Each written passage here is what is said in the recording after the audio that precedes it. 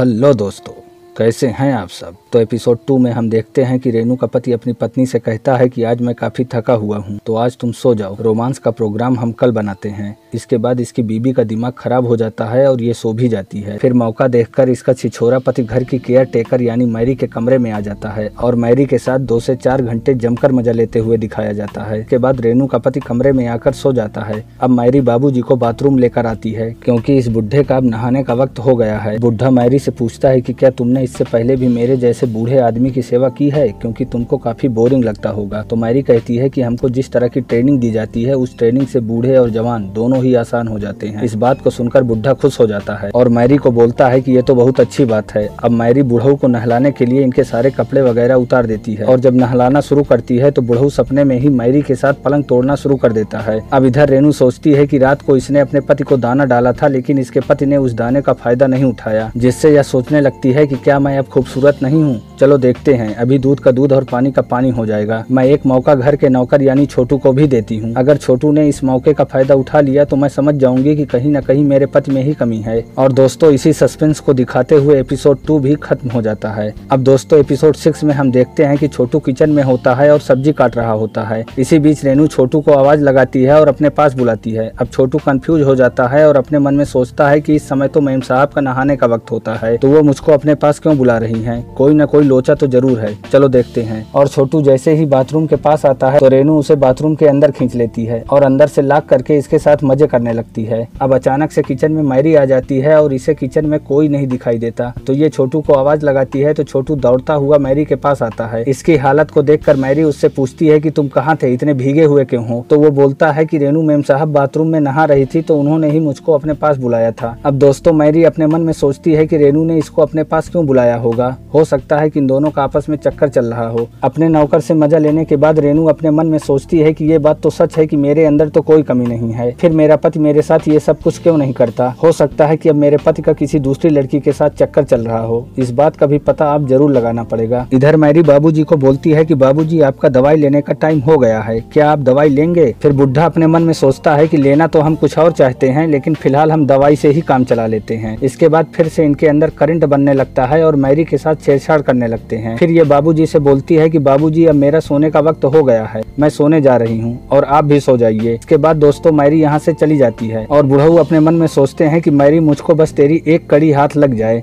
जो कि तेरी कमजोरी हो, उसके बाद तेरी सारी कड़ी तोड़ने में मुझे आसानी होगी। और फाइनली जिस बात का रेनू को शक था वो बात सच हो ही जाती है, क्योंकि रेनू एक रात अपने पति को मैरी के साथ वो सब कुछ करते हुए देख लेती है। और दोस्तों, यहीं पर ये एपिसोड भी खत्म हो जाता है। लेकिन दोस्तों, इसके पार्ट 2 का ट्रेलर भी आ चुका है, तो इसके आगे का एपिसोड देखने के लिए वीडियो को लाइक और चैनल को सब्सक्राइब करना बिल्कुल मत भूलिएगा।